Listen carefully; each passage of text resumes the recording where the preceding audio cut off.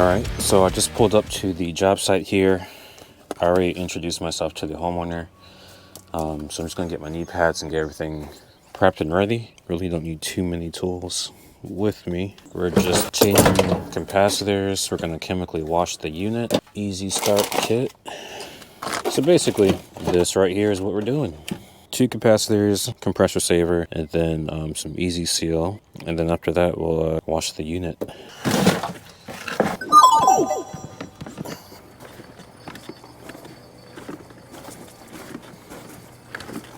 Feels like one of these things are in a vacuum.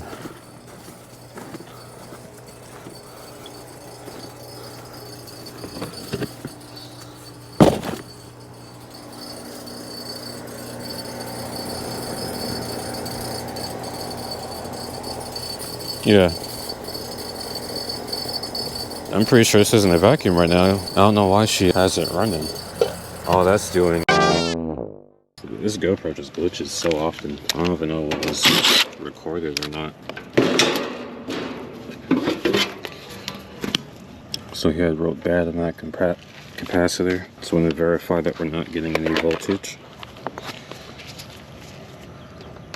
0, 0. Going to discharge the capacitor. Common to Herm and common to fan. This is a 35 capacitor. So with the Turbo 200, I'm able to jump it out to equal that. In this case, purple or red's your common. And then yellow is your hermetic. Brown is your fan. It may not always be that way, so you always want to refer to the schematic here. H, you see yellow, and basically just trace it. Do all that. For those who haven't done a capacitor. But I just want to verify that this is indeed bad, just to show you guys as well. You're going to put one lead on common, the other on hermetic. We're looking to get 35. We're getting 17. Now there's a 5% tolerance, which is 5%, but this is way below. This is way out of range. So now we're going to go the common to fan. We're looking to get 5. We're getting 3.4. So yeah, this is definitely bad. Now with the Turbo 200s, they give you this, but hopefully you don't need that. You're able to jump them out with these yellow jumper cables. So we got 25, we got 20 microfarads, 10, 2.5, 4, 6.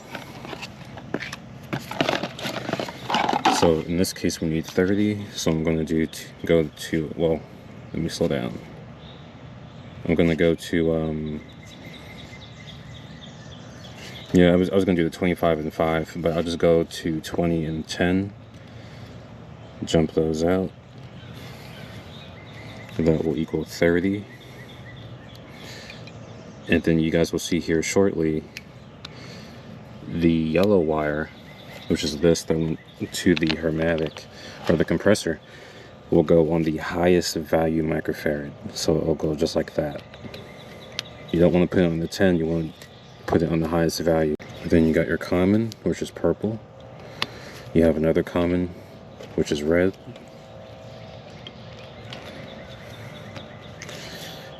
You have your fan. That's a 5, rated on the 5. Now we're also going to install this compressor saver. This is just going to basically help start this outdoor unit. So we'll install that too, but before I do that, I'm going to mount the capacitor so I can figure out where I want to fit this.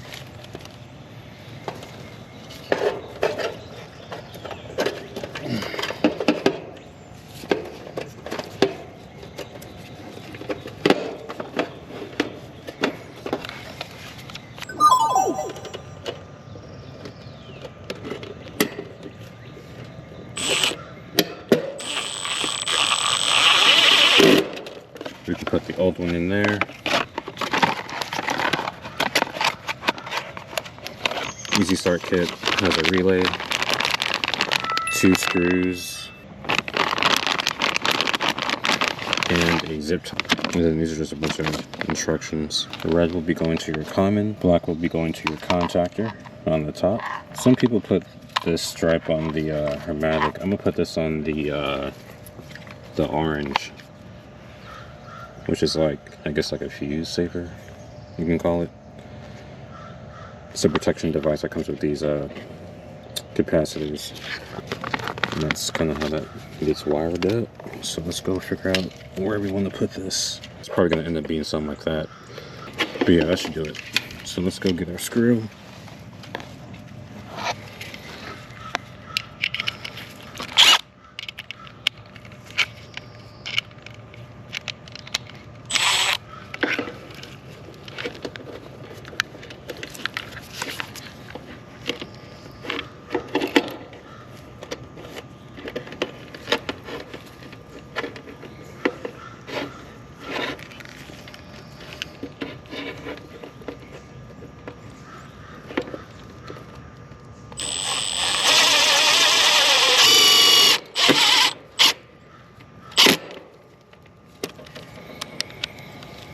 Yeah, I kind of made it difficult on myself because I got it back here in the corner, but that's okay. We're gonna get it. Now that common's on there. It wasn't earlier. You always want to make sure that your wires are nice and snug.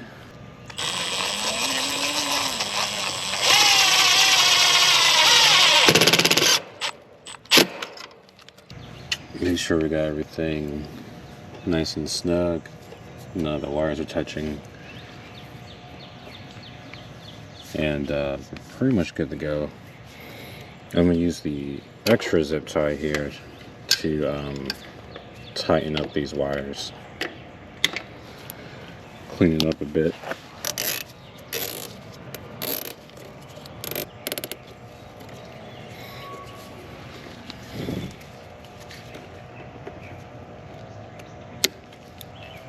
So that's going to be it for that one.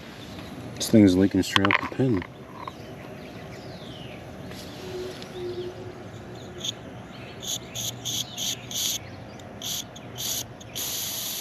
There's nothing in there. No refrigerant whatsoever. But I think the valve core is just bad. I can hear it hissing.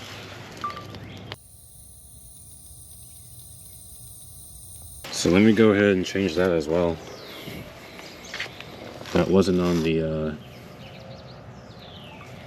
job description, but I'm gonna go change that. Alright.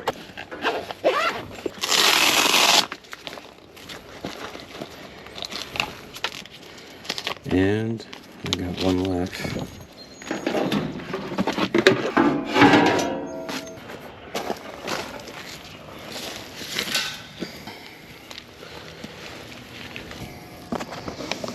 And basically how this works is you just screw it on. You get it all nice and tight.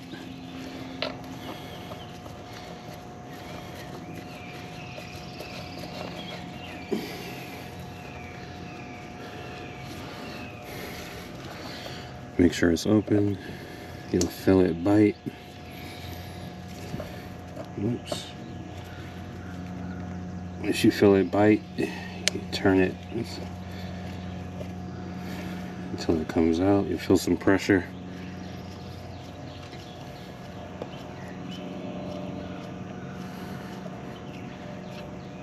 And then you back it out. Nice and slow. Close it. You'll have some pressure come out. That's normal.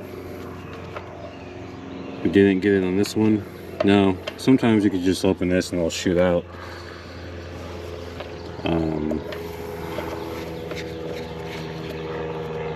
But also refrigerant will shoot out, so for this case, this thing's completely out. So I might as well just do that, huh? But I'm not. I'm gonna see if I can get it. Mm.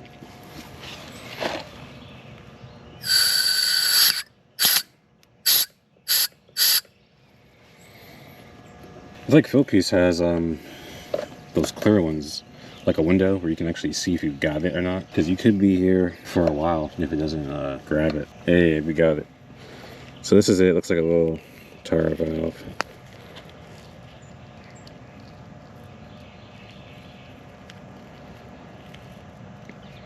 See a little rubber piece at the bottom here that's peeling off.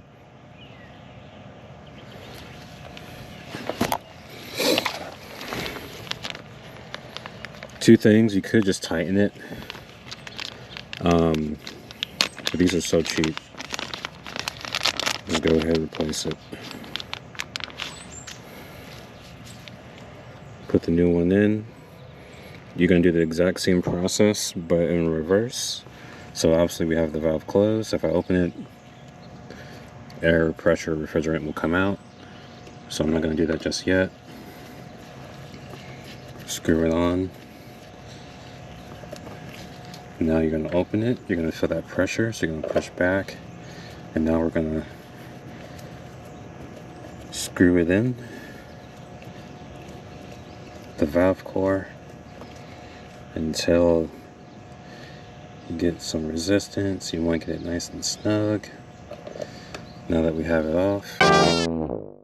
Sorry about that, the GoPro died. I was just saying that after you take this off and ensure the core is seated, to make sure you have it seated properly, you would just open this and you'll hear a little bit of pressure, but then it should be empty. Like there shouldn't be any air coming out. That's how you know you got it nice and seated well. You can safely unscrew it.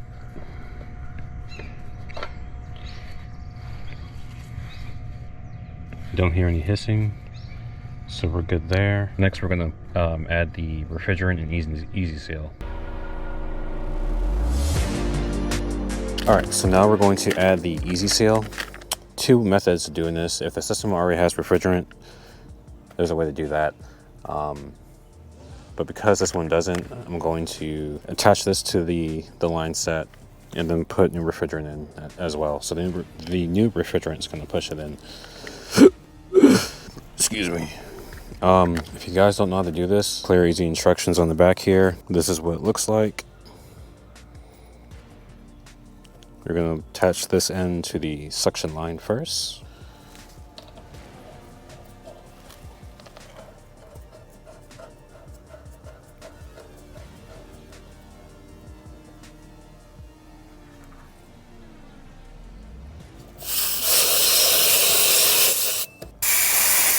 So yeah, typically if the system had refrigerant, you would put your yellow hose on this. I'm going to attach this to the refrigerant tank, put my my blue on this.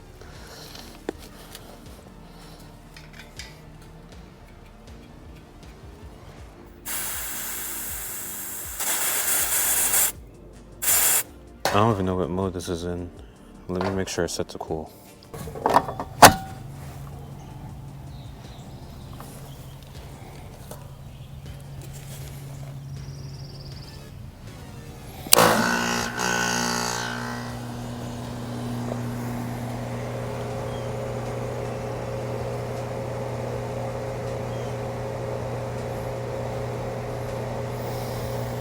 You can see that this system's still basically out of refrigerant.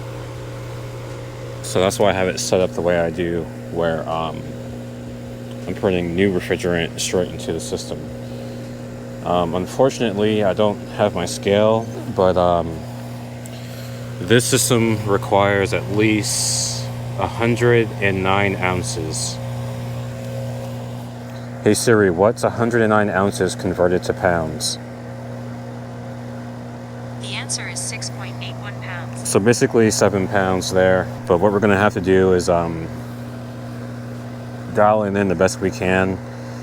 I might have to come back and then fine tune it. And it's also gonna take a while for the that sealant to really, get in that coil, indoor and outdoor coil. I don't know where this leak is at. I wasn't the original tech out here. But this is the basement, it's on a heat pump, so the line set can't be that far. You know, if the air handler was in the attic, definitely gotta consider that. But I'm gonna go ahead and get this dialed in. Quick update, we're starting to get some refrigerant in that coil, but I'm just slowly adding some in. When it settles, then I'll add some more. So pretty much around there, 100, 102. I'm gonna go inside and make sure that the actual air filter is good before adding any more. All right, so the filter was just replaced. That thing is spotless. So I'm gonna continue. As I'm waiting for this one to settle with the coils. This coil is actually, this is definitely newer, but these coils don't look that bad. But this one over here, man, look at that. It just caked on there. So what this is going to do is restrict the airflow. So when that fan is spinning, there's actually less airflow going through the coils. So that heat from inside is not able to dissipate. So for this one, I'm going to have to take these panels off. All right, we're at 104. Line sets at 61. Superheat dropped down to like 20, 28 it looked like. But as that's going, I'm trying to be a little more productive and efficient. Let me go get my magnet so I don't lose these screws.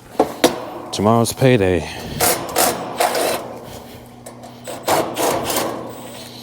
I hope y'all had a pretty good week. I know I did, especially here in March, where it's not too hot. But we just so happen to have a lot of customers, new and old, that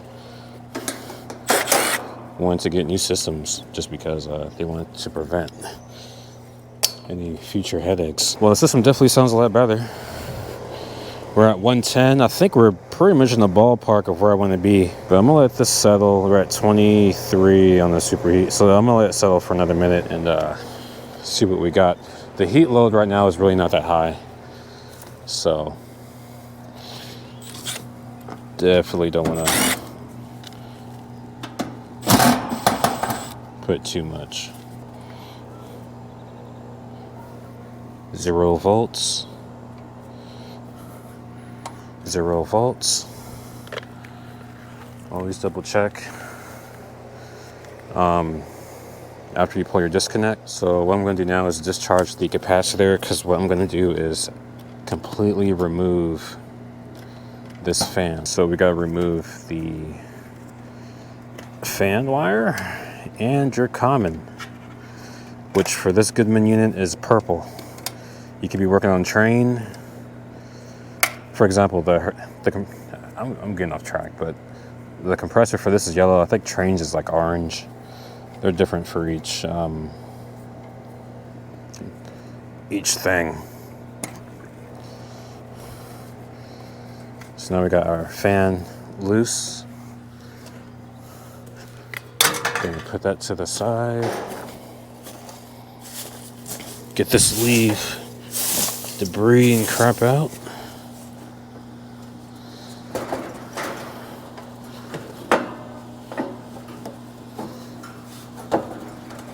Boy, I think they got that crap zip tied. One of the wires on the side. But you can see all this cottonwood, it looked like. Yeah, this thing is atrocious. Yeah, they got it zip tied. So I gotta do it one by one.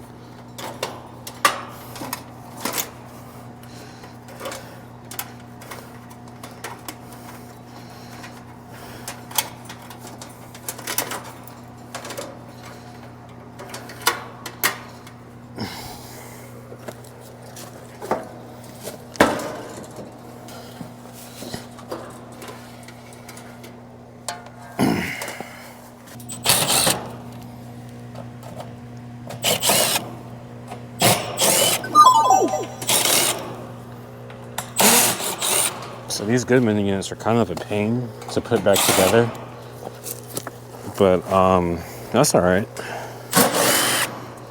When it's, coils are this bad, you gotta do what you gotta do. Once again, double check, triple check, quadruple check that the power is off. We do not want to play with that high voltage. So in previous videos, you may have seen where I have not taken all the panels off. That's because those coils we regularly maintain. But ones like this, yeah. But after this cleaning, we shouldn't have to necessarily keep taking these off.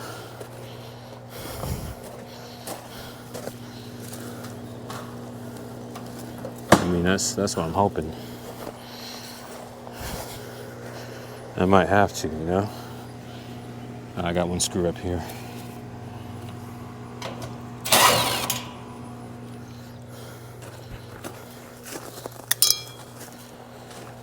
Also, go get you a little magnet at Harbor Freight. One of my subscribers actually got me that. Dang, I got another screw somewhere.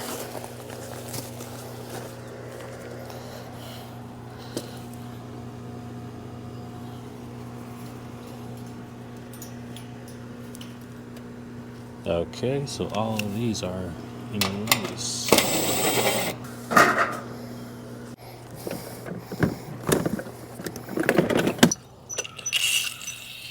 Still relatively 64 degrees out here. We're in the shade too. I'm gonna leave it at that. I'm not gonna add any more.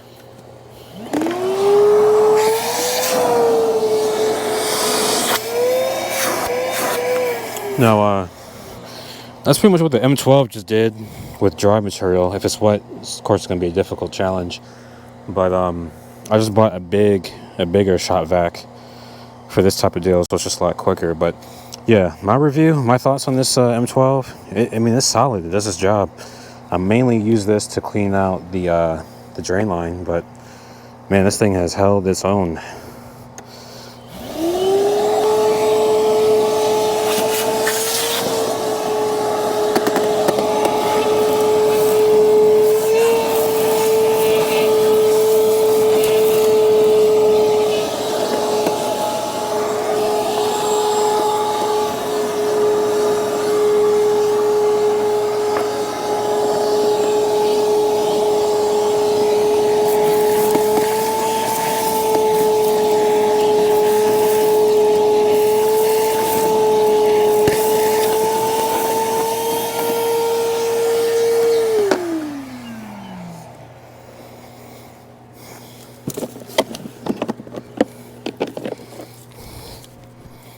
Look at all that debris it uncaught.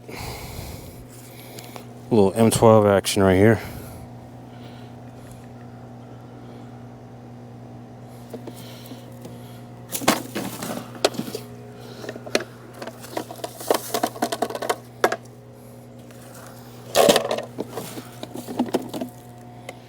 Now we're gonna go ahead and clean this.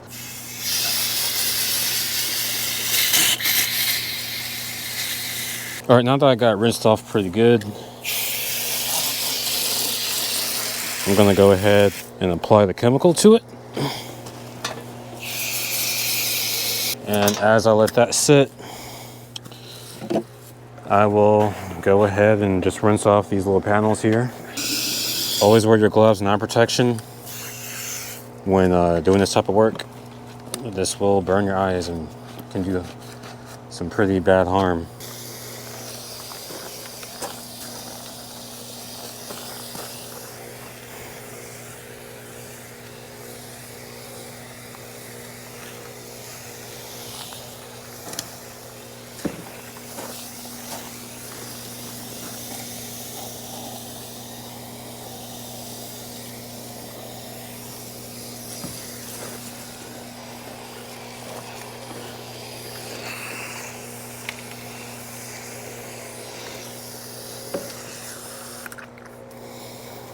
Gonna let that sit for a minute.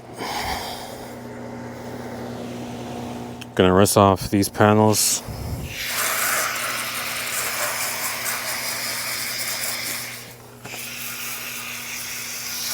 Gonna get these roaches out of here. Because roaches and electronics don't really go too well.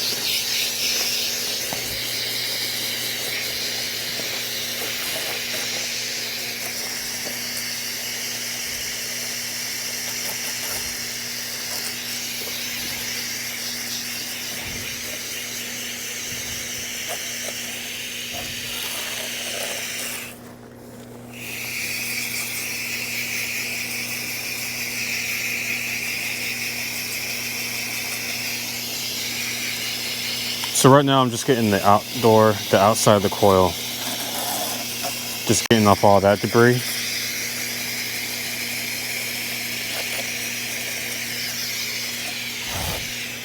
And now I'll shoot the water, rinse it from the inside out. Okay, so the GoPro did die on me. It seems to die at 17%, but basically I was saying that I like to rinse off the debris facing down, and then for the then once I do that all around the coil, I'll go inside and push the water. That way you can push all that debris out. It's not going to be perfect, but it'll be a lot better than what it was when we got here. And we're going to continue to treat this system periodically. But yeah, the GoPro batteries probably last maybe 25 minutes, half an hour.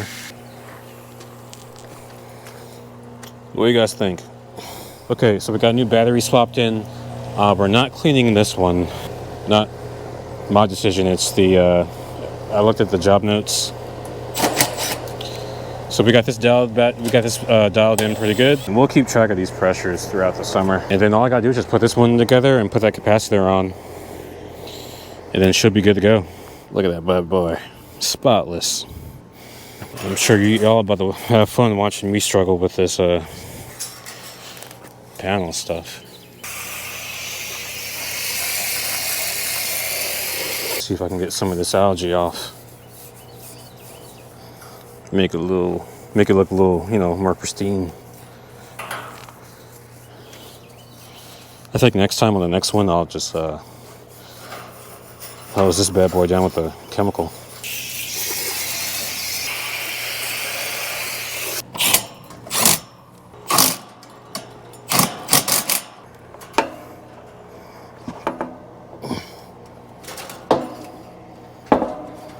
Once again, we got the fan, we got our common, in this case it's purple, and then we got our black wire that's going to go in the contactor. This is always a pain because you'll get one side and the other side pops out and you're going back and forth. Sometimes all it takes is just a little patience. I think I already discharged it. Alright, so we got a red, which is common, yellow hermetic for the compressor. God dog. I'm getting my tools nasty. This is a 45.5 capacitor. Jump those two. You're going to put your yellow wire from the compressor on the highest value, making 45 microfarads. You're going to put your red back on common, other common for the fan, and then our brown on a 5 there, and then our black goes on top of our contactor, and that's it. All right, I'm going to clean this up. Tell the homeowner to turn this one on, and we'll be on the road. All right, so we just wrapped up that call. Got them up and cooling. I do appreciate you guys watching.